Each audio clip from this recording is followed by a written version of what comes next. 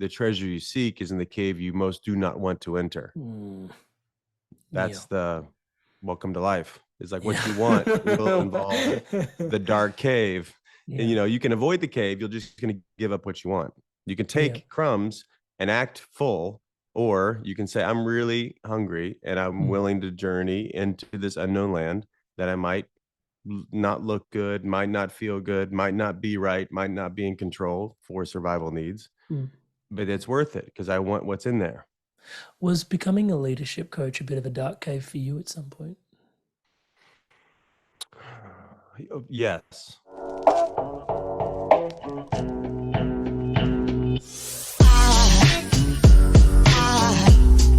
Aside from my soul.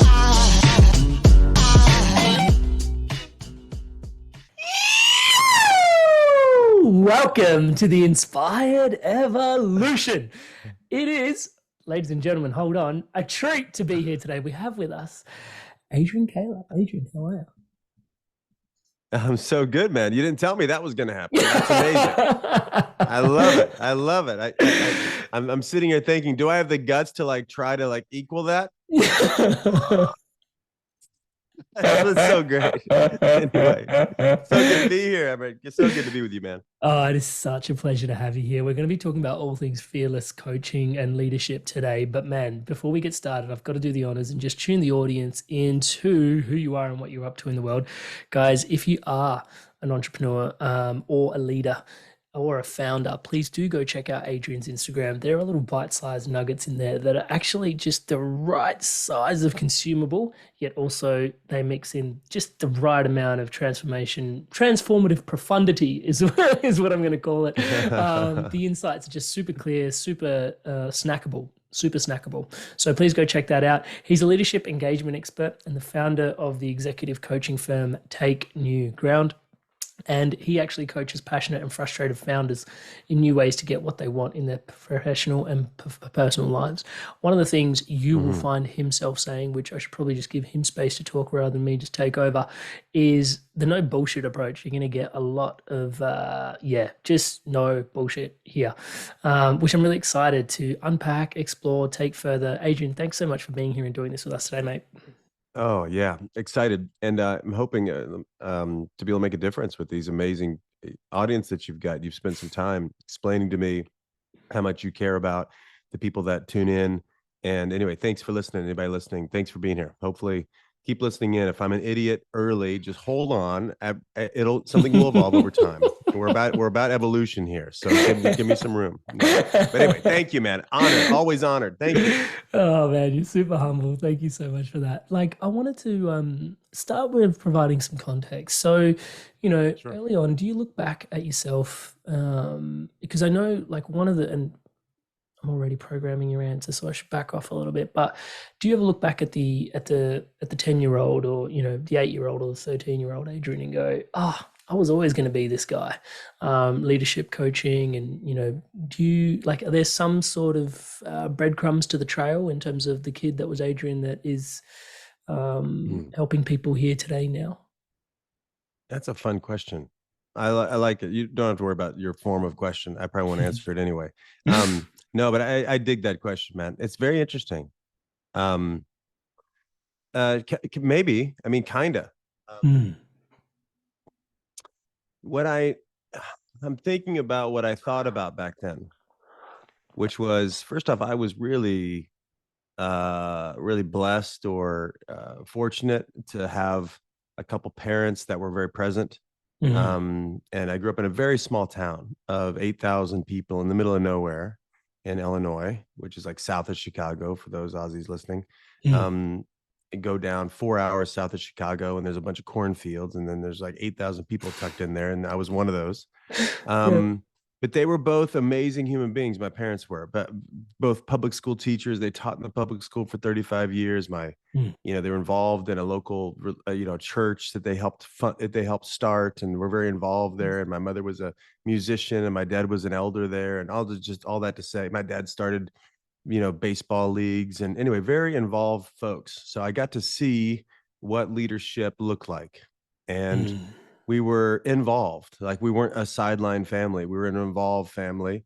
and they made a difference. They definitely made a difference in the community, and didn't talk about it. They just did it. It was like a way of living for them.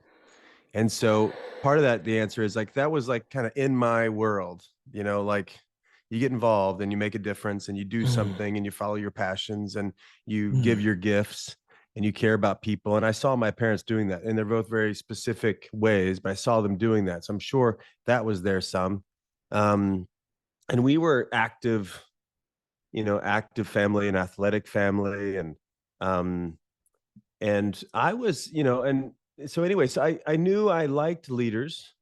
I knew I was a leader early, just by just the natural tendencies of having an opinion about what to do, and stepping up, and we're at recess, and we've got 20 minutes to play basketball. The fastest thing to do is somebody to step up and be a captain and tell the other captain, okay, you pick, I'll go first, you go, da, da, da, da, da. And that was all pretty innate. So yeah, being a leader was pretty innate. I didn't know if I'd be coaching leaders, but I found out early I was odd for a lot of reasons. I mean, it's still a long list. It's growing over time. But in my family, I was odd because I really wanted to talk. And we were an active family. And I just remember having those feelings early. We're at picture us in the dinner table, and we're, the TV's playing, and the four of us are sitting down there together. And I was always wondering, why do we have the TV on? Can't we just talk? And so I was like odd. I was odd in that way, or I was, in my family, they would joke about it. They weren't really joking, but they would come off like a joke. It's like, Adrian, not everything is so philosophical. Or, Adrian, why do you have to ask such psychological questions? It's not that serious. Why don't you lighten up? And for me, it was just, let's talk. How do you get friends? Yeah. I had a lot of friends, but how do you like build a friendship? Or this girl, this thing happened, and I don't know what to do next. And what, anyway, I was always wondering about life. And also internally kind of angsty, like wondering how to make something happen. So all that to say, I do all that all the time now. And over time, this has become, which I think, when people look at vocation, I know we'll get into some of those conversations today, is like, the question for me was, which I think for all of us is, what's the environment where my full self-expression is celebrated? And the coaching environment is that for me. I get to really fully like be myself with no apologies, and it really works. So I don't have to like titrate myself down or become less, or hold back at all. So that's like, I didn't know, but definitely some breadcrumbs. And then over time, things were affirmed all along the way. So I kind of naturally got here, but then there's definitely been a handful of steps to kind of find this specific type of coaching. Yeah, wow. Oh man, there's so much in there. Thank you so much for unpacking that. And one of the pieces in there is your parents' example that you reflected upon. I find really interesting because I've just become a father. I say just, it feels like I'm still waking up from all the sleepless nights, to be honest. 15 months. He's 15 months, so he's no longer a baby. He's toddling around a little. But yeah, the example, and one of the realizations I've been having is that he's not going to do what I say, but he's going to do what I do. Part of me wants to just sort of, not like super deep, but just wants to sort of pick a little bit and wondering, do you reckon your parents are just following their passions because that was what lit them up? Or because I know some part of me egotistically harbors the awareness now that the inspired evolution is even more important, because it's like I'm setting an example that yes, you can do the things that, putting it in your words, finding myself in an environment where my fullest expression is fully celebrated. I can't tell you how much I love that. That is like everything to me. Awesome. Yeah, you can steal it. I just made it up. You can steal it. Man, go for it. It's all yours. I'm all in there already. I feel it's just putting languages to me. So in there, realizing, do you reckon some part of their orientation was, do they harbor some of that awareness, or were they just following their passions because that's what was most important to them? I don't think it was either for them, to be honest.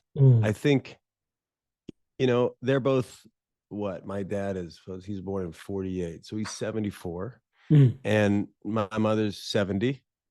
And, they were of the generation, at least in the US. I'm guessing this is more of a global. I've never thought about that, but, they picked a career and they just did it. yeah. And it wasn't a lot of wondering about it. And for them, I mean, my father taught at the high school he went to. So they, and partially why I answer this as well is because, people usually ask what they wonder about. Mm, So my parents, I don't remember my dad ever asking me, what are you passionate about? Or what inspires you? I mm, did think he followed what was innate to him. I don't even think he has that language. I think he might laugh if I asked him that now. He's like, I don't know, man. mm. Back to a philosophical question he doesn't want to answer. Yeah, Um, but they knew, but they're very like beautifully faith-based people as well. And so yeah, that kind of make a difference with other people was a definite part of who they are. yeah. um, and they're people-centered people, so they would see needs and go do it. So it was so matter of fact for them. It wasn't any. I think some of the follow your bliss conversation or follow your passions conversation, not all of it for sure, Mm, but some of it can be really self-indulgent. yeah. And um, and there, even if you start there, there's nothing even a And problem with not that either. necessarily the Might as most well. pragmatic either, right? Like, because Right on. we're going to talk about some of that, right? Because it's also you bring on the no bullshit approach as well, which is like, it's been a minute that I've been, follow your purpose, find your purpose. Purpose is a big conversation here at the Inspired Evolution. And Yep. oftentimes people sort of see it from the outside looking in as this silver bullet. It's like, I'm going to get this, follow my passions or follow my dreams. And because Yep. I'm so alive behind it, things will just become like alive and woof, like it's going to be like, a fireworks going off every single day of my life. And yeah, man, there's a It's lot not that. in there's a lot in there. There's heartache in it. There's all sorts of stuff, and Yeah. I'm going to take that opportunity just quickly to sort of also pepper in, like for those tuning in, like you've got a background in philanthropy, ministry, activism, medicine, like Yeah. you've invested in a lot of different spaces, and also leveraging your response that you just gave to the question then a little bit as well, which was, talking about always being sort of like the natural leader in these even these little gaps as a kid, and also loving talking through there. Like, you've obviously found where you're most celebrated as in leadership and coaching now. um Hmm. but yeah, it's is the road there is can you describe a little bit about the road there? Because I think, and maybe some of the pitfalls or some of the challenges that the average person looking from the outside in that you would imagine would like to know but probably doesn't know. Yeah. Okay. Just taking some notes. Um, because even what we were talking about earlier, I'm sure it'll come back up. Let me say it now before we miss it. Because Yeah. um, yeah, the whole follow your purpose and follow your passion idea obviously Mm, means a lot of different things to other people. And I mm, think we ought to get clear about and actually go have an answer for how do I make my life count? Which essentially is like another maybe slightly edgier version of live your purpose. mm, I want to live.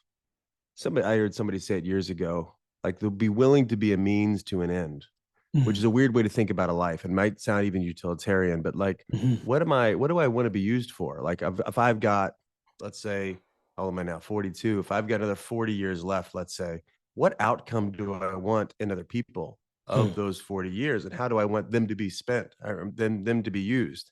How do I mhm, want to utilize that in order to make a difference? And to your point, a lot of people I think that are following their purpose actually are following a mood, which is I mm. think some of the subtext of what you're saying, which is like if I'm following my purpose, that means I'm going to be happy all the time, Yeah. and not the case. Yeah. And you're ready. You're following your fantasy instead of your purpose, Mm, because even the word passion, which has become very about excitement, which is there's great uses for excitement, but passion is, the etymological term, which I'm sure you think about this a lot or know this already, but passion is suffering. That's what the word mm, means. like the Passion of the Christ, Yeah. that movie that There's a nobody's movie a lot of all people about watch, suffering. Yeah. all about something. But that's became a movie. But before that, it was stages of the cross in the Catholic Church. The Passion of the Christ were these stages of the cross, all these things that happened, which were all suffering based. And what type of suffering did he? We can use him as an archetype. But did this hero in the story?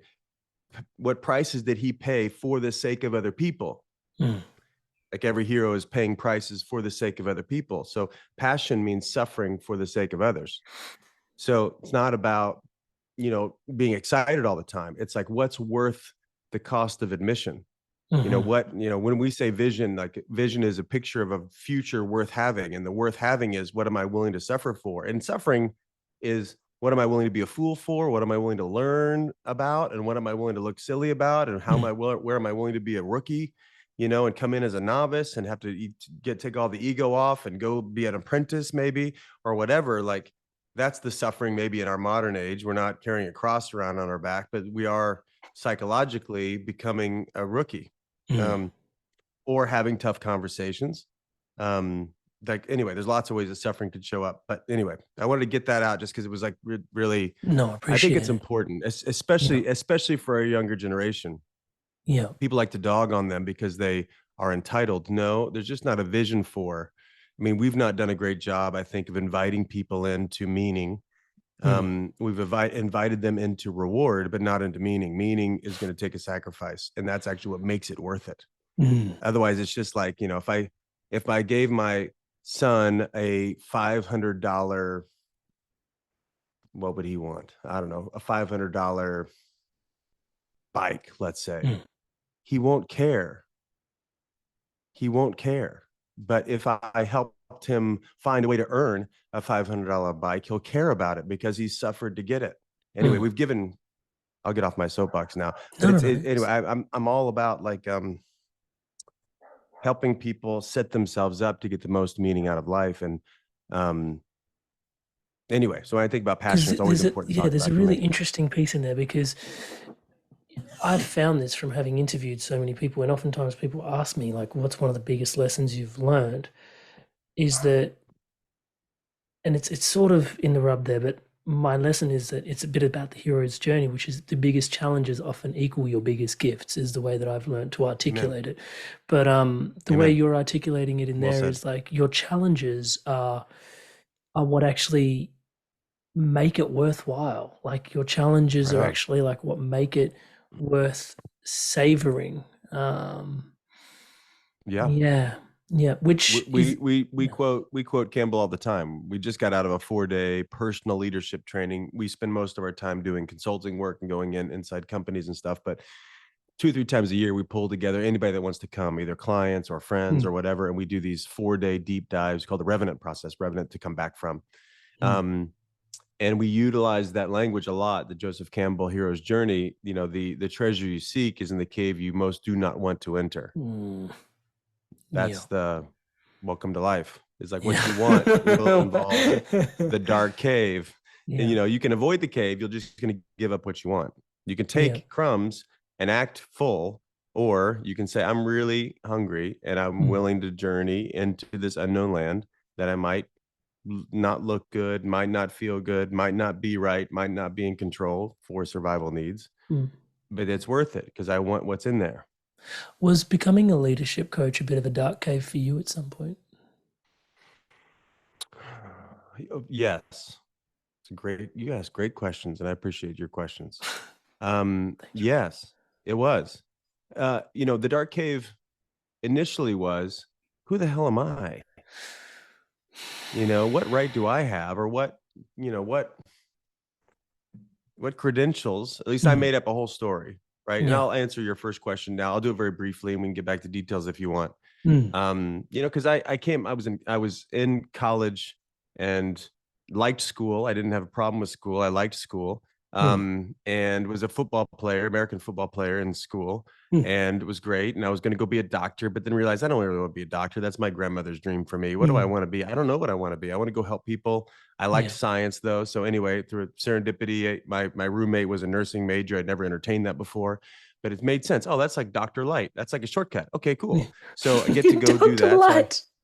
Yeah. Dr. Light, Sorry. and you Yeah. actually get to do the people stuff. Mm. It's like, I actually liked that more because it's Yeah. people centric care instead of like research centric. I'm not that, Yeah.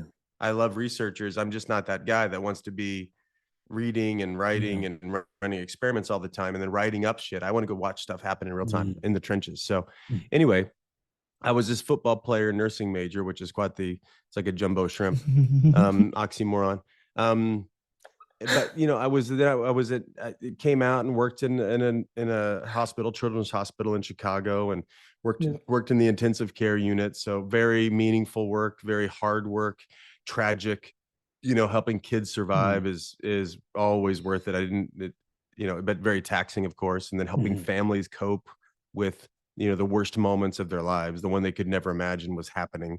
And so people go all over the place, and people get very fear does funny things, right? Some people close down, some people get crazy.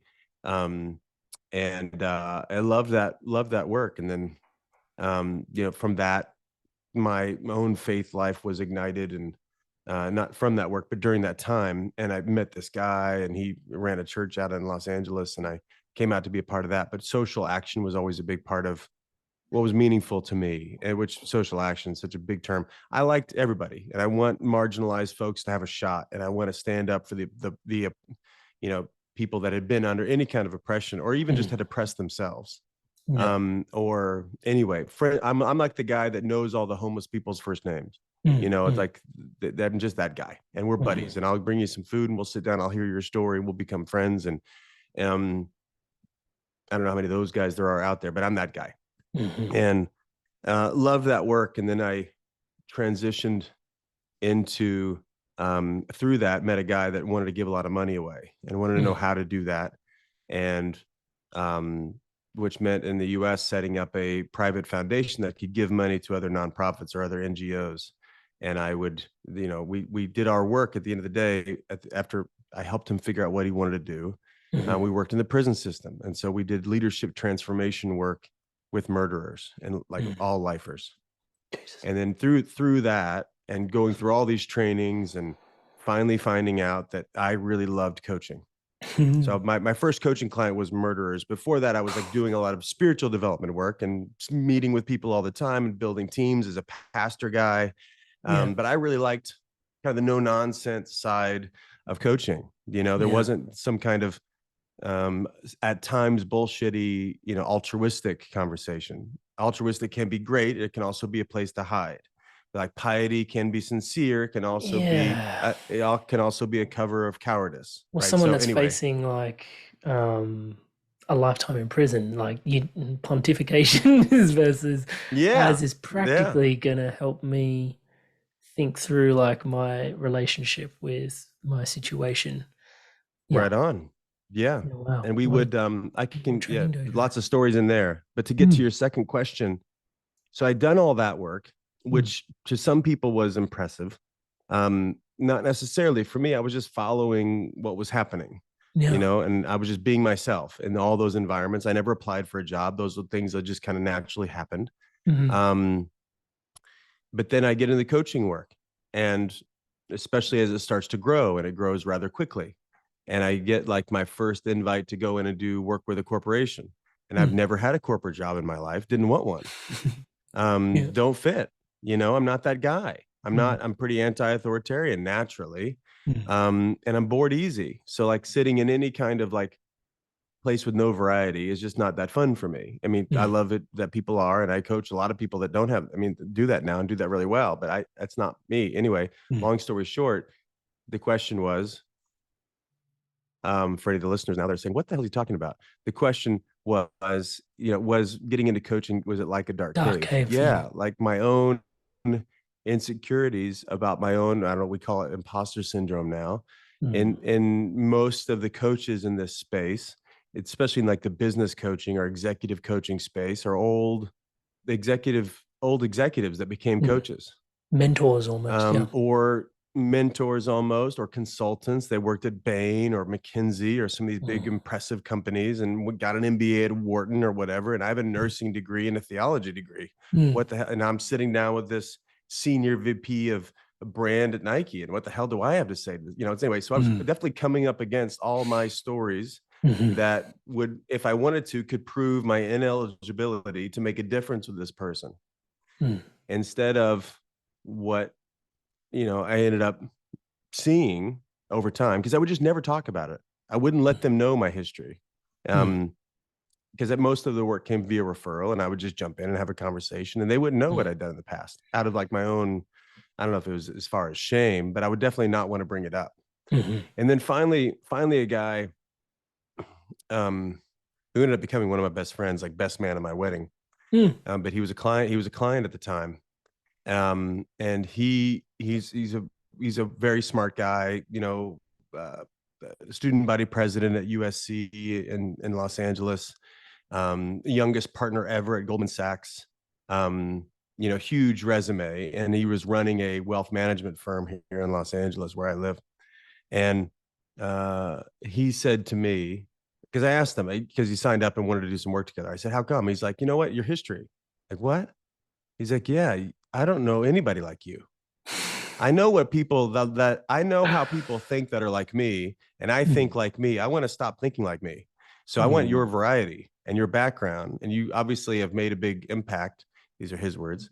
Mm. Made a big impact, and I want that in my life. And I was like, hold on, yes, what have I been doing? Let's just wonder for a Mm. second about what I've been doing. If it's not about the wrapping paper, it's really about, what was happening in all those contexts. And it really was, being with people in really difficult and challenging situations and helping them see the most amount of possibilities that could shift their own life, and them summoning their own courage to make heroic decisions. Like, that's really, if I was at the bedside with parents that, you know um were facing their darkest hour, or I was with people that are making very existential, who the hell is God and who am I, and should I even care about the world, or should I kill myself? Those types of conversations, which I had so many of those. Mm. Um, to working with prisoners or traveling the world, and we did a lot of stuff in Africa and blah blah blah. But working with murderers behind bars, it's like, oh yeah, I love that shit. I love being with people at the crossroads of life, and I'm really Mm. good at ordering chaos and helping beauty happen. I am good at that. And so that was the dark cave, until I realized, like, I had turned the lights off, and it's like my own beliefs had made it so that it was like a very tight, limited conversation for myself, and that I had something to hide, instead of just owning it and realizing who I was and who I was becoming. And then therefore all that stuff became resource for me, um, and a gift to the other people when I would talk about it in a way that was impactful for them. So yeah, that's a great question, man. I find it quite remarkable that the lights, when you said turned on, were prompted by someone dear to you. I've had similar Yeah. experiences in my life where someone's seen more in me, that some part of, I need some languaging that doesn't sound so woo woo, but my spirit or my soul kind of associated with, but my 3D ego version of self was just like, nah, and yet they saw more, and some part of me knew that there was always more to me, but I never really like stepped up. And then they Hmm. invited, like, they didn't even invite me to step up. They were just like, but you're more. Like, they was just, but you're more. And then that Hmm. encouraged myself also to look back and go, right, like, actually, whoa, And one of my favorite quotes is this Joe Jobs quote, where he reflects back on how he just happened to cross like a typography lesson when he was like he was bludgeoning university. He walked into a typography lesson. They were talking about how important text is in terms of having eyes dotted a certain way, whatever, serif versus calligraphy, whatever. I'm definitely out of my depth in that conversation.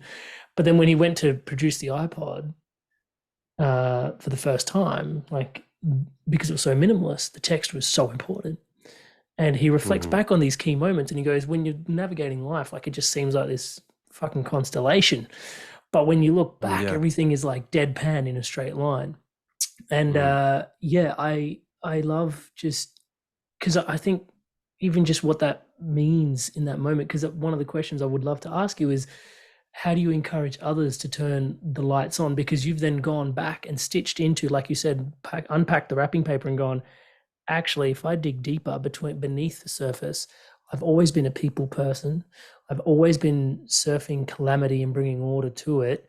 And Mm-hmm. actually, the environment has changed, but at the bedrock, like the tip of the iceberg, is just the job role that I've been in. But underneath, actually, I've been doing the Adrian Keller thing. Like that's been me the Yeah. whole time. Yeah. And I call that soul spirit. Like that's just my languaging around it. It doesn't necessarily have Yeah. to be yours. But yeah, how do you invite other people to turn that light on and find that sort of like go back and look? Is that part of the process in terms of people finding themselves, do you think, in terms of what their biggest gifts are when you're helping people unlock what's next for them? Yeah. Well, great question again. The thinking about how I do that, because I Mm, think part of it's a really intuitive. yeah. Um, but so there's a couple things. One is most all of us, if not all of us, and it might just be all of us, are living some kind of story, right? Like we're not like the invitation human being, I bet we don't get a vote on this either. Mm, Human being is always living in, I mean, especially as mammals, we know we're intentional beings, period. mm, Um, and we have like some kind of narrative going on, and we just use the word should, like it should be going this way, I should be doing that, which is clues for I'm playing a role instead of being a person. mm, Like there's a role that I ought to, and sometimes it's handed to us from parents or handed to us from mentors or handed to us from history or even the answer, who knows mm, mm, where it gets handed to us, but we live in this default future. And and uh, so step one is to give folks some permission to actually enjoy themselves. And right, because I mean mm. there's a lot of pressure A to lot. there's a lot of pressure about what you ought to be doing and Social what people are going conformity to is a think. bitch, man. Like, yeah. It is, man. Well, it is, and there's a lot of payoffs to that racket Mm, as hmm, well. Like there's reasons why we do it, right? It's hmm, safer. We get, we don't have to take many risks. We hmm, can be liked. And anyway, there's lots of payoffs too. So there are prices to be paid, which you're pointing out. It is a bitch. hmm, And it's also a really safe way to waste a life. hmm, So anyway, um, so giving folks permission to really enjoy themselves and be fully alive. I mean, we live in these narratives about how hard life is, and now we just call it busy. We're just busy all the time. And like, I would be enjoying myself if I wasn't blank, if this was, some kind of mm, circumstantial narrative that's limiting myself. So, I mean, I'm always inviting folks into vitality, which they haven't been inviting themselves into vitality, maybe ever, which is just the question of like, what makes you most alive? mm. Like really, where does life come from for you? Like, what could be happening Hmm. that you don't have to prod yourself at all? You come to the table, baby. Like you love this shit, whatever that is. There are environments or people or opportunities that just make you, I mean, I'm hopping in my seat, that make you want to do that, right? Like Yeah. I was mentioning to you before we started recording last night, so I've got a 17-year-old stepson, who's my son, Mm, 17-year-old who plays American football. And after this, yeah. we're going to go watch the game. He's the second round of playoffs. Go Fairfax Lions. Hmm. But You. on the night before the game, he brings his boys over, his Mm. buddies. 25 of them come over, and we feed them, and then we sit down together. And Grant always asks me to say something, and I stand in front of them, and I'm frightened, right? Because that's a harder audience. I can I can go talk to CEOs, talk to a boardroom, do all that, never break a sweat. I'm in front of 25 high schoolers, I'm pissing my pants. Now, at the same point, why am I so nervous? Because this is fucking awesome. How I Mm. wished a me was there to Yo. go have this type of conversation. Yes, we're not talking about football. I mean, we're talking a little bit about football, but I'm using football to talk about them and talk Hmm. about what it's like to be a boy that's 15, 16, 17, and how to be a man how to step up and how to like express yourself on the football field and how to build up a teammate that you're pissed at and how to call life out of a linebacker that, has been just took a play off and how to pull your head out of your ass whenever you want to feel sorry for yourself instead of make a difference. That's life that we're talking about. And you don't have to talk me into being stoked about that. So long answer here, but inviting people into vitality is you need to give them permission, because most people do there's a Kierkegaard quote that comes to mind. And you guys listeners are probably familiar with Soren Kierkegaard. If not, check him out. Danish philosopher back in the I don't know.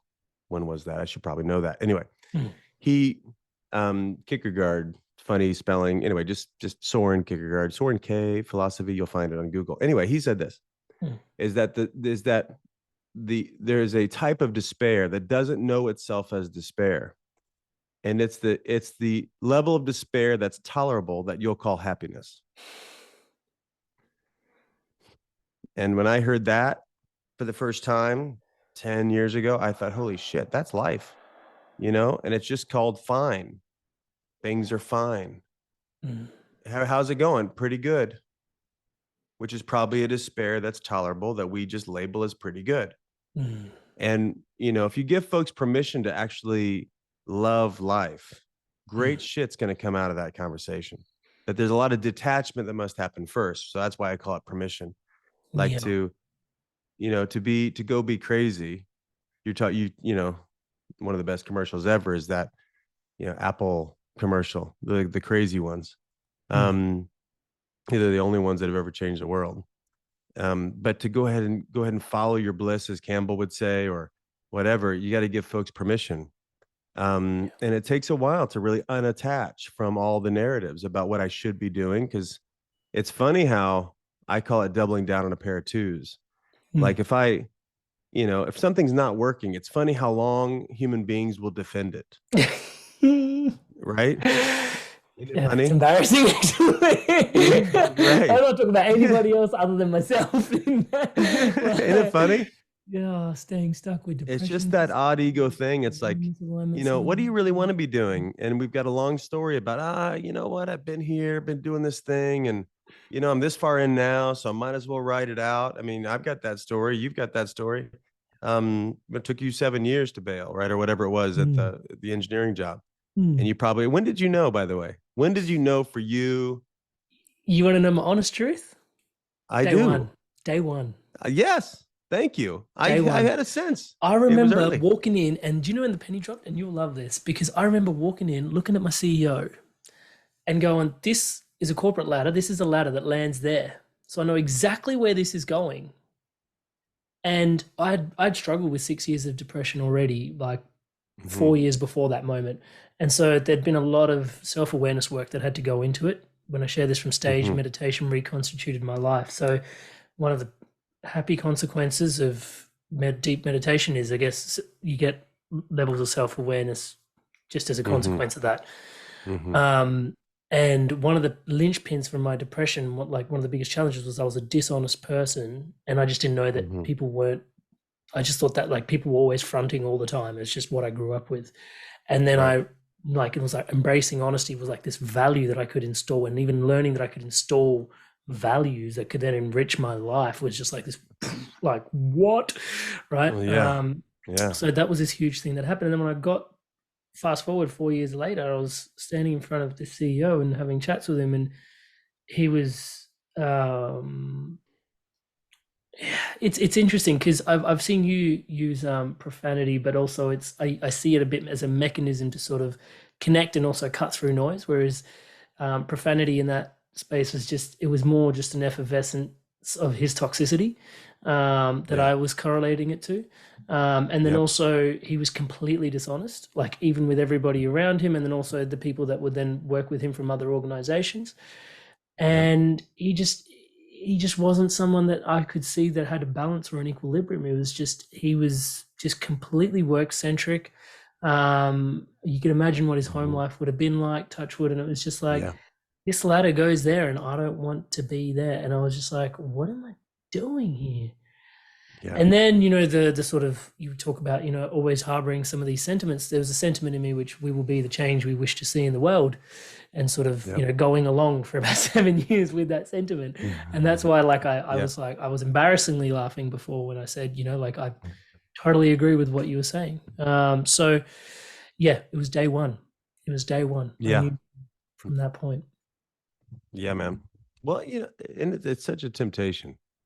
So I mean, all of us have done that. I've done that before. I mean, I've stayed in things a lot longer, and I was just betraying myself over time. Mm, And once we can get past the horror of that and just be with the is of it, Warner would mm, say, then like if we, anyway, I'm summoning up a mentor of a mentor of mine. So mm, this guy named Warner Earhart, mm, who's was a mentor to my business partner, who is a mentor of mine. mm, And Warner, if you want to listen to a little bit of Warner, he did a classic 3-hour lecture called "The Heart of the Matter." mm. Um, it's fantastic. I'll It's link it in the long. show notes. Yeah, Yeah, heart of the check it matter. out. The Heart of the Matter.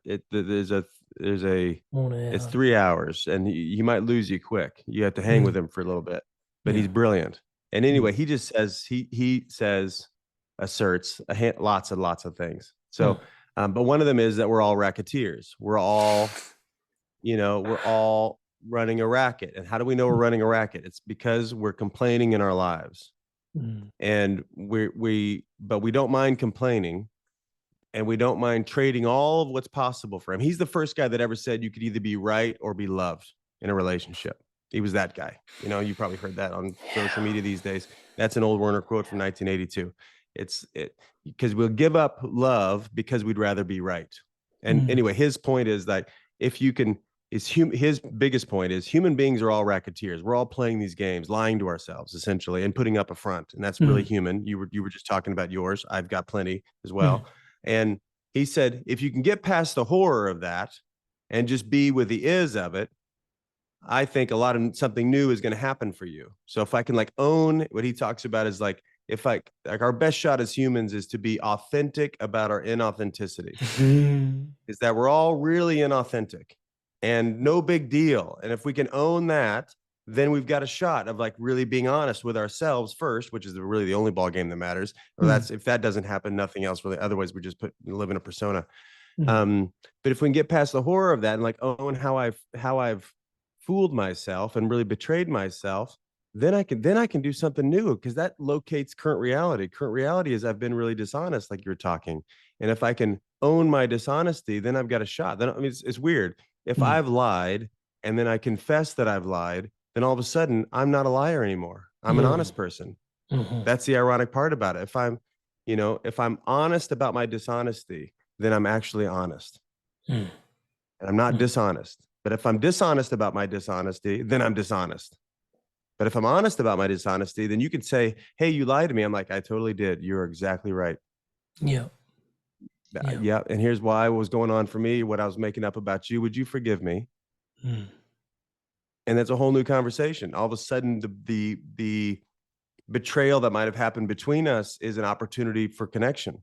mm, Like the worst case scenario is actually the best case scenario, mm, oddly, if we own it. yeah. So, um, anyway, thanks for your honesty, man. I appreciate that. I'm sure No. people that have been listening to you for a long time have been like, wow, what a gift. Thanks, man. Touch wood. I am conscious of the time that I've got left with you, so I've got some deep questions to cover the ground with. Yeah. So I'm not going to ask you to rapid fire because that's just rude. But We can do it again if you want, by the way. We don't feel free not to rush. We can whatever. Life is long. Let's make the most of it. Thank you for that permission. By the way, I love inviting people into Vitality. There's a whole thing there. But you mentioned this as well, and this is in the subtle nuances of you giving that talk to the footballers in your but also plays into the uh, parts of your story as well.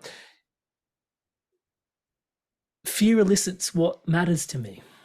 When I tune into Hmm. your work, that becomes like, I know it to be true Yeah. from my story, Yeah. because I remember that moment of courage when I disconnected and pivoted. Can you unpack that for us and Yeah. potentially invite us closer or invite us into a way to work with our fears? Because, Yeah. yeah, can you elaborate on that and then sort of invite us into some Yeah.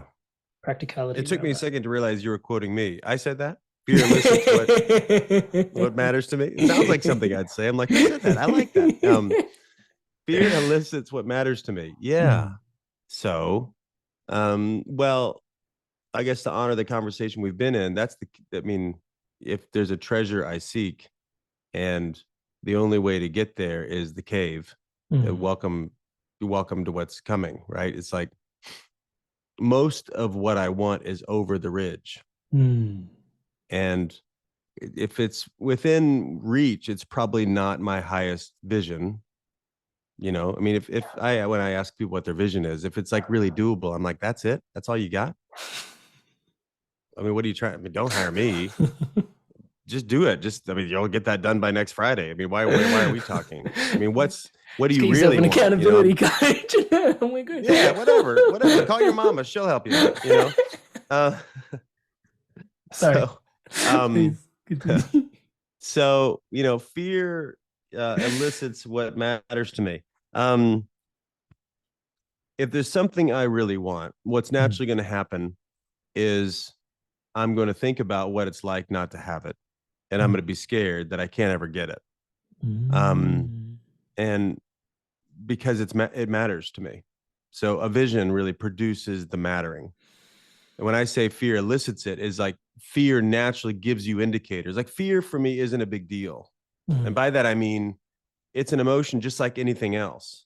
I think about, back at my old office, there was a sign up on the wall that I wrote with like a Sharpie and a piece of paper. So not like a fancy sign. I mean like a mm, piece of paper sideways with me handwriting on it. And it just said, my feelings are merely indicator lights. They're not mile markers or road signs.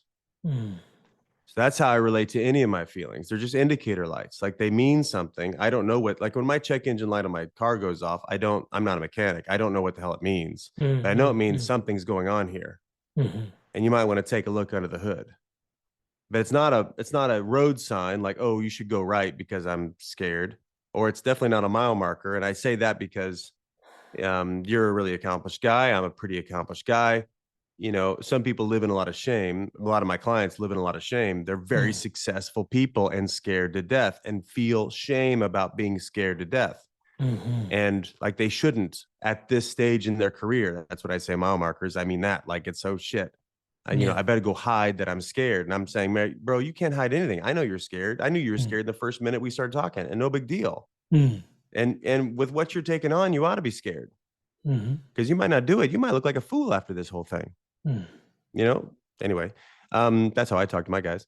But they so fear is an indicator light, is my point. It's telling me something, that I'm at stake for something. Now Mm, we've got a couple options. When I'm at stake, I can either lean into it yeah. and decide it's worth it, and Mhm, there's some asymmetries and risk and reward, and you better get clear about that if it's worth it. mhm, Or fear in and of itself is an evolutionary path. We're here because we were born into this conversation, meaning fear tells me there's danger. And sometimes there's danger, and sometimes there's the appearance of danger, mm, right? And I'm just batting at ghosts, and I'm just making shit up. And I don't even know, you could think now, if you're listening, if you're still with me, I promise you it wouldn't all be great. But if you're still listening, you think about like, oh, I want to go get that promotion, mm. but I already know what he's going to say. That's what we say. I would Yeah, yeah, go yeah, ask, yeah, but I yeah. already know what he's going to say, which is Mm, like this apparition, like it's really our own dogma and our own egotisticalism that mm, I know what somebody else is going to say. Um, Instead of like asking myself a lot more resourceful questions. If this was mm, a coaching session, we go into all that. But my point is that fear is an indicator, and I got to listen to my fear. And if I can befriend it, most of us don't, and it's mm, natural not to befriend the fear, because fear means danger, and stay away from danger if you want to survive.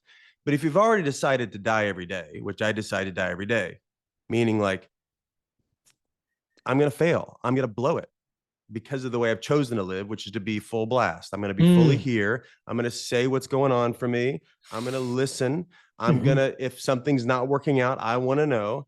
If a client's upset, I want to know. If Mm. whatever's going on, I just want to be friends with current reality. Now, if I'm going to live like that, then a lot of shit's going to come my way because I want to Mm-hmm. see it. I want to know what's going on. I don't Mm-hmm. want to be in fantasy land. I want to know what's going on. So therefore a lot of fear is going to come up. My insecurities are going to come up. My own fraudulence is going to come up. My own scarcity is going to come up. And that is just going to show up as fear. Now I say, lift up the fear and see what's underneath it. Mm. If I hang with it long enough and don't think that the stick is a snake, it's just a stick, then I can I'm mixing metaphors now, but I can lift it up, because underneath any fear is a concern, and concerns are worth listening to, Mm. because wisdom comes out of properly aligning yourself with concerns and really doing the math or counting the cost. Right. Like if I go ask for a promotion, I might get fired. Yes, you ought to be ready for that. Mm-hmm. Maybe they'll give you feedback that you don't want to hear. You better be ready for that, Mm-hmm. because they're going to have some kind of answer to justify whatever their answer is going to be justified. Mm-hmm. So you better be willing to hear some honesty if you're going to go ask for something new. So, fear is that thing that is a great opportunity to go explore. And that's why I say that's what it elicits what matters to us, I because love that. if I wasn't scared of it, there's no value on the other side. Yeah. You And know, I think the real takeaway, get deeper with it, understand what really is it real or is it false evidence appearing real? And then there yeah, are concerns in there. And then, what are the concerns? And then, assess them, do the work. I love that. right on. One of the key questions that comes out from there is then around vision. I know we could probably do a whole podcast just on vision. We could. But for those that struggle, very specific question, for those that struggle with a vision, is there a couple of key points that you help them with? Where do you get them to sort of, it's like, I'm not visual, I can't visualize, I don't know where to begin, journaling's not really I can't vision, mate. Not so much Yeah. about pushing them further to dream bigger, because that's another conversation for another day. But for those that are stuck and can't vision, what do you say? How do you help them through Yeah. Well, anytime somebody, when I ask them what their vision is and they say they don't know, it? they're trying to convince me that they don't have a vision, Mm. right? That's what the purpose of that is they don't have one. And my conviction is that everybody always has a vision, Mm. always. That we know, as mammals, we are intentional. Mm. So we don't get a vote on that. We're intentional, period. That's how we've been wired. Mm. So if that's true, then me not knowing is my vision. That's kind of a weird way to start, but that's what I want people to buddy up with, is that confusion is a very socially accepted vision. Painfully inspiring. Yeah, right? It's like, if I don't know, sorry about that. That hit it close to home, my friend. It's perfect. Yeah. But if I don't know, the real honest way of answering that is I'd rather not know. My vision is not knowing. And there's lots of payoffs to that, right? There's lots of reasons to do that. I mean, one of the things we say in our work with companies, our leaders, is the system is always producing the results the system was created to produce. And that's a lot of words. The system's always producing the results that the system was created to produce, right? So whatever I have, I must want, is another way of saying that. And that's very, very counterintuitive. People do not want to explore that terrain, because they'd rather maybe pontificate about what would be great, which when we talk vision, people talk pie in the sky a lot. Yeah. And there's nothing wrong with that. That's a great place to start. Like, what's the big picture thing? That's great. But to chunk it down and get really specific about it, there's obviously more vulnerability in that. And so people want to avoid the vulnerability of saying what they want, because they fear they might not get it. They might fear to be on record, or maybe people have used that against them in the past. There's lots of reasons to be vague, right? To be generalized, or to avoid the conversation altogether. So, people naturally want to enroll you or any of us into a conversation about why they don't know. I just don't buy it. So I just say, well, let's just imagine you do know. Then what's it start? Just tell me what comes up for you. Or, there's lots of ways to at least start practicing the conversation, because most of most of where people don't speak something into existence is that there's just some form of resistance that's happening. Either it's shame, or they don't believe in themselves, or they're kind of victim-y and they think that circumstances run their world, or opportunities are created by other people, or just lack of confidence, which is its own strategy. So I just wanted people to start experimenting, with ideas, Yep. and just seeing what enlivens them, right? Seeing, like, let's just talk. Like, if you really got what you wanted, like, really, if without any of the natural constraints and limitations you typically bring to the conversation, just let's see all those, put those over to the side. If you could get what you really wanted, it might sound crazy to you. It's okay. We're not writing this in stone. What would it really be like? And you could probably start with, like, being able to express yourself. That would probably be step one if you've been really repressed up until now.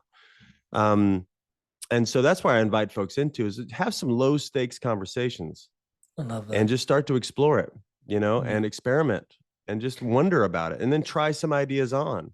And then if you think you might want to have that vision, do that thing, go find somebody that's doing it and go talk to them about it, and take it out of fantasy land and, like, see what it's really like. If you wanted to go be a podcast host and quit your engineering job and go out and, just saying, hypothetically speaking, go see what that's like and try that on. Yeah. And you might find life there, and you might realize that what you've been doing up until now, wow, I don't, I'm surprised I lasted this long. This is so much better. So I forget Yeah. exactly what your question was, but for those that are kind of in that kind of stuck place, Yeah. I try to first get them to own the fact that being stuck is its own vision. Most people won't have that convo, and they'll try to do the work for them, I love that. and try to pry it out of them. But that's not a gift to them either. Because one of the key things from there is that was so profound in itself that if you're not in the vision, you're like signing up, you're basically signing up for more confusion. And then also Right on. the key thing that I heard in there was to sort of slip on the lock on the gate was almost imagine, like just invite yourself to imagine.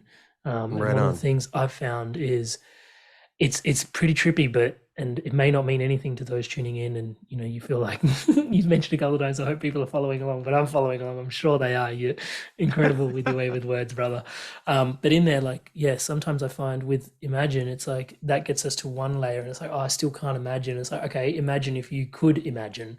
What would you imagine? And I know I'm sort of getting a bit on people, but then it's like it's almost like the density of kind of all the limiting stuff that you've put on yourself just holds in there. But then the imagine gives you the opportunity. And if you can't just imagine that you can imagine, and it just allows some sort of breathing space for you to come up to surface and create something from there. A question that has been I would just say, if I would add to that, is like, people, they can't stop the human soul from wanting a satisfying experience. So maybe it's like, imagine you're really satisfied. You imagine you're, like, all that's like, just look around. What are you doing? Like, who are you with? What are you thinking about? What are you wondering about? Like, so anyway, it's like we're all wanting a really great experience. And it might start with, like, noticing what's a really shitty experience, and then thinking about the opposite of that. So anyway, there's lots of ways to get into it. It's fun to, like, help people unlock that shit and just give themselves some permission to imagine. I love that word. I love that. Yeah. It's a big question, but I'm going to try and answer in a way that you can give a shorter answer, but probably we'll see where it goes. I probably won't. You've heard me. I go on for a while. I'm trying, though. The point's intention. You mentioned a couple of times. How much of it is how much of personal success, and maybe it's different as a percentage for personal success and business success, how much of a percentage is it mindset, and how much of it is strategy?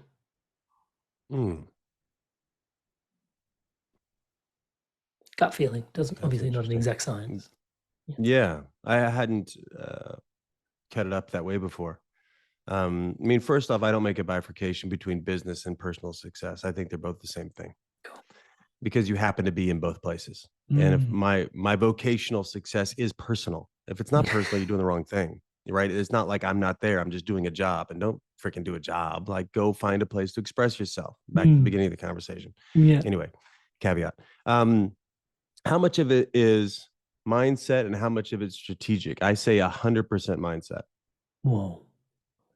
Yeah. Yeah. Here's why I say that. And I make a similar distinction in my work. I'll Mm. in a room picture 8 senior leaders around the table.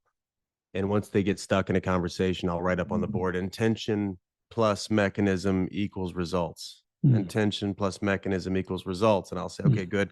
It takes 100% to get to results. What percentage is intention? What percentage is mechanism, which is kind of a chunk down version of strategy, let's say, Mm. the plan. Yeah.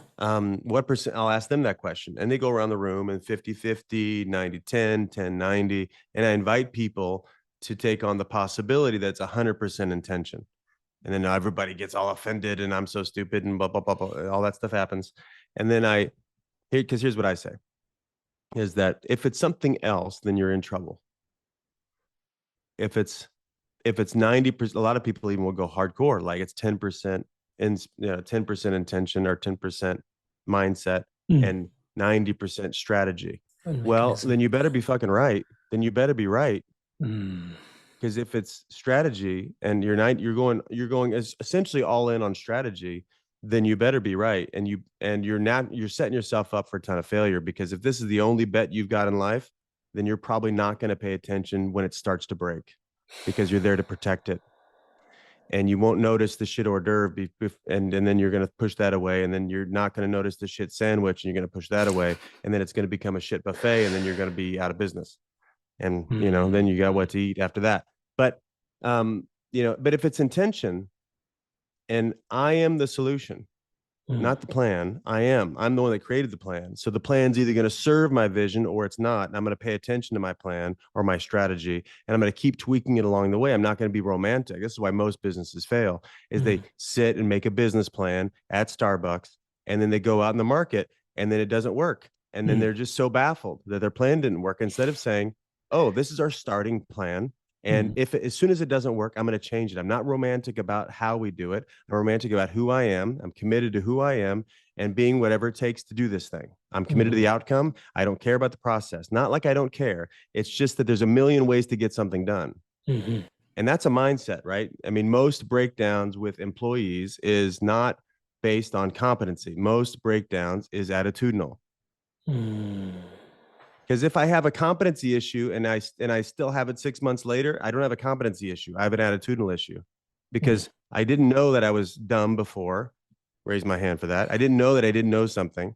But I knew results weren't working, and I had no curiosity about what I need to learn and grow. So now all of a sudden it's a arrogance issue, or it's an entitlement issue, and it's attitudinal. So I go all in on mindset. It's probably not a surprising answer from a coach guy, but there's just lots of strategies to get stuff done. It's not just one way. And especially I work with founders that are used to being the answer person, and they bring on really smart people, and they shoo them away because they can't handle diversity of ideas. But if you have the right mindset, like, hey, we're here for the best idea, not my idea, the best idea might be mine today, might be yours tomorrow.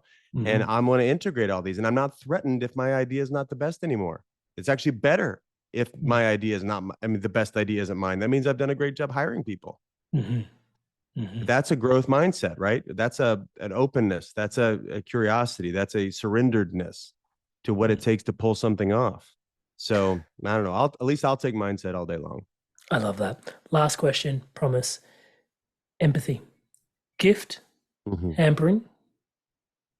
Does it hamper you? Is it a gift for you? Well, let's define terms. When you say empathy, what do you mean? Relating to other people. Got it. Well, yeah.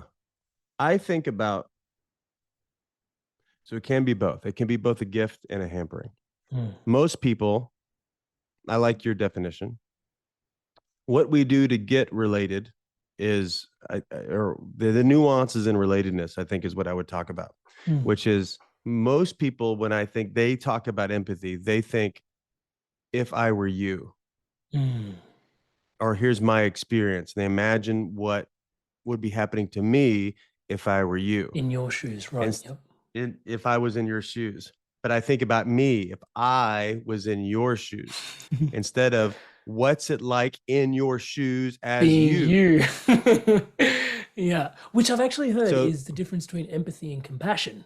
Compassion is Yeah, I can't remember who I did a That's great. podcast with recently. But yeah, sorry, please, I've interrupted. Please continue. No, that's fantastic. I've never heard anybody talk about that before. That's what I Mm, when I so I when I think about empathy, I empathize about what it's like to be you and what's, you know, yeah. so when you're doing something crazy, I'm not Mm, thinking about what I would do if I was in your shoes, which most people do, and that mm, usually spurs on even more judgment because we think mm. we're better than other people. But really, what's it like for that person? That they did Yeah. this thing that's crazy. They did this thing that's Mm. crazy. What must they be thinking about that makes that not crazy? Yeah. Most people don't go there. They Yeah. don't go to, because I say nobody makes a stupid decision. Everybody makes the best decision they They have see with the in the information they've moment got. Yeah. and perspective, right? Even Yeah. information, what they think about the information is more important than the information. Like their Mm, relatedness to the information is mhm. even, anyway, we won't get in a big philosophical jump now, but that's a fun one. We could talk Yeah. about that for an hour.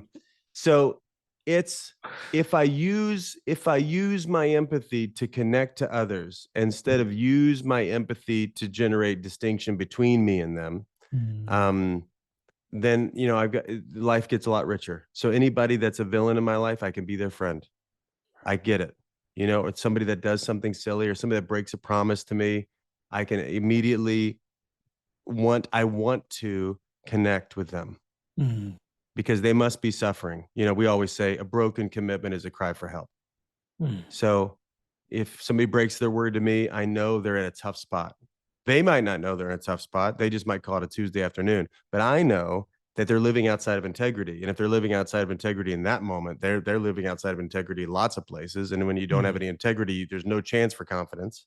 Not real confidence. It might be arrogance, but not real confidence. mm, They must be really hurting. So that's like a clue that there's a conversation they're dying to have that they're not willing to talk about. So I can go find out what their maybe even just their judgments of me are. mm, The fact that they'd break their word to me and didn't care about it. And so I don't have to villainize that. I can really come alongside, look at the world from their perspective and be their friend, even if they don't want me to be their friend. So for me, it's really fun. It makes life endlessly interesting because human beings are all over the map. mm, And so it's really fun. At the same point, I can be tortured by my empathy. I mean, when I meet a waiter, man, I've got lots of conversations going on about this guy, and I'm really curious about. I can't turn that part off. But yeah, I mean, I don't. I mean, it'd be interesting to think about people that think that empathy it hampers them. It's a superpower, especially if you mm, do it really well. mm, It'll seem like you're a wizard, mm, but if you spend time wondering what people are wondering about and get really good at reading people, it really sets you apart. If you can speak other people's, if you're a salesperson right now, and if you can speak their pain better than they can, they'll hire you immediately. mhm, Most of my, I quickly grew a coaching business. Quickly, I don't know, compared to anybody else, I don't care. But anyway, and when I said I was going to do it, 3 weeks later, I had 20 clients. Not the story of most coaches that I know. Why mm, was that? Because I was listening and I could listen and wonder what it was like to be them and could say it more honestly than they could say or were willing to say. mm, But when I would describe their world from their perspective and I'd listened and I'd intuited about it, I could describe it to them and they got that I knew them. mm, And like and I could feel for them and when I felt being them and I thought, shit, I don't want to be here anymore. I don't want to, if I was them in their shoes, this is fucking hard. There's mm, despair. I don't know what to do, man. I want to get out of here. I want to make something happen. And then I mm. could provoke Articulate them. that. Yeah. So anyway, I think it's a big asset depending on what you're up for. I mean, some people just want to live in their own world and, finally have weekends off and go have a hobby or play golf or do whatever they want to do and go for it. That's what you Mm. want. But if you want to make a difference with people, man, empathy is a superpower. Yeah, I think those people are us and those tuning in. At the risk of not honoring my word, that was my last question for We can go today. on for hours. Yeah. As This devastated has I been great, am, man. You're as I amazing. am about that. You're amazing. I love how quick when you were laughing, like, I don't know, like a minute into our conversation. I'm like, I love this guy. He's so emotionally generous, man. Thank you, bud. Touch wood. Thank you for that kind reflection. And honestly, I would love to thank you for just today's conversation, but I know especially in your case, there's a lifetime's worth of work that informs the conversation that we're having today. So just honoring and acknowledging all of that work that's gone into that, Adrian. Thank you so much for being here, sharing yourself so openly, gregariously, generously with us here today. Really, really appreciate you. And obviously the Inspired Evolution audience, guys, thank you so much for listening in. And on behalf of myself and the audience, wishing you all the best on your way forward. Oh, I'm really honored to be in this conversation with you. Not everybody shows up to play ball like you do in the podcast world. So thanks, man, for being here for I don't know. This is a vital conversation. This wandering through how do we best serve folks. Anyway, thank you, brother. And for anybody listening, I really honor and respect whatever moment you're in the journey, and invite you to take some courageous action. You can always go back and not be courageous, but take some courageous action. I promise you, it'll be worth it. The self-discovery is going to be worth it. So however we've got free resources for you. If you're not repulsed by what I've talked about, we've got a podcast called the Naked Leadership Podcast, which is a deeper look at what it takes to lead well. It's not prescriptive. It's really exploratory. And if you're into the fearless conversation, that's episode 121. But there's a whole, I don't know, we've done about 200 episodes now. So we talk about context, really the beliefs and the values and the conversational nature of reality and the conversational nature of leadership. So anyway, love to be a resource to you guys. If anybody wants to reach out, here for you. I love that. And also please do sign up on Instagram. Like I said, the content there, super snackable, super potent, really love it. And if you want to go deeper, we'll put a link to the website and everything Adrian's mentioned there as well, into the show notes below. Thank you all. Awesome. Hey guys, if you enjoyed this video, give it a like, leave us a comment. And if you want to stay in tune for the new episodes launching every Monday, hit subscribe, and I'll see you in the next video. Stay inspired to evolve.